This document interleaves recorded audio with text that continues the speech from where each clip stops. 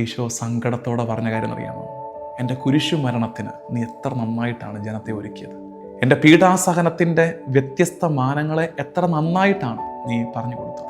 ഈശോ നല്ല വാക്ക് പറഞ്ഞപ്പോൾ നിങ്ങൾ ആര് പറയുന്നതിനേക്കാൾ കേട്ടപ്പോൾ ഒരു സന്തോഷം. എന്നിട്ട് പറയുകയാണ്, എൻ്റെ ഉത്ഥാനത്തെക്കുറിച്ച് ആര് പറഞ്ഞു കൊടുക്കുന്നു? 50 ദിവസം ഒരുങ്ങിയിട്ട് ഞായറാഴ്ച ഒരു കുർബാനയും കുർബാന മധ്യ ഒരു പ്രസംഗവും അല്ലാതെ ഉത്ഥാന രഹസ്യങ്ങളെ ജനത്തിന് ആര് പറഞ്ഞു കൊടുക്കും? വിശ്വാസത്തിൻ്റെ കേന്ദ്രവും വിശ്വാസത്തിൻ്റെ കാതലുമായ ഉത്ഥാനത്തെക്കുറിച്ച് എന്തേ പുരോഹിത നീ പറഞ്ഞു കൊടുക്കാത്തത്? എൻ്റെ ദൈവമേ, എൻ്റെ നെഞ്ചിടിപ്പ് നിലച്ചു.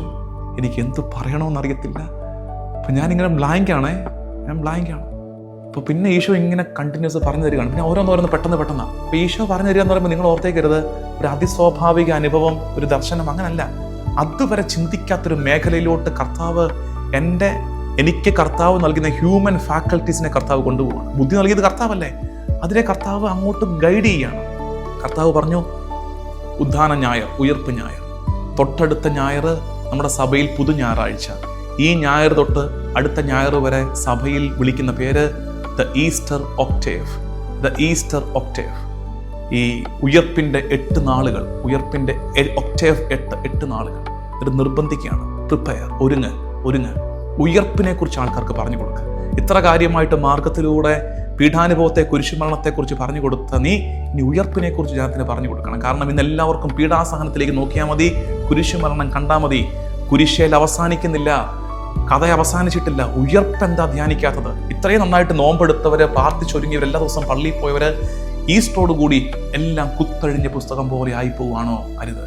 അവൻ പീഡ സഹിച്ചു കുരിശിൽ മരിച്ചു എന്നത് ചരിത്ര സത്യമാണ്, നേരാണ്.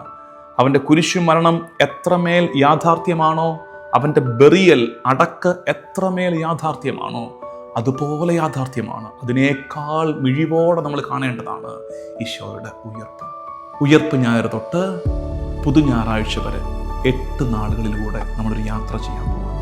ടെഡ് എന്നാണ് ഇതിന് പേരിട്ടിരിക്കുന്നത്. TED, Ted. The eighth day.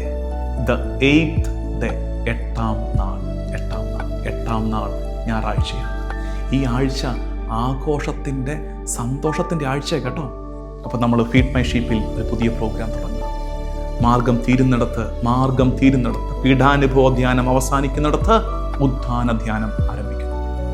ഞായറാഴ്ച തൊട്ട് ഏപ്രിൽ 5 ഞായറാഴ്ച തൊട്ട് ഏപ്രിൽ 12 ഞായർ വരെ എല്ലാ ദിവസവും വൈകിട്ട് 6 മണിക്ക് അല്ലെങ്കിൽ 6 മണിക്ക് മുമ്പായിട്ട് നിങ്ങളിലേക്ക് ദ 8th day എന്ന ശുശ്രൂഷ, ഉദ്ധാനത്തിൻ്റെ രഹസ്യങ്ങളെ ധ്യാനിക്കുന്ന ഈ ശുശ്രൂഷ എത്തുകയാണ്.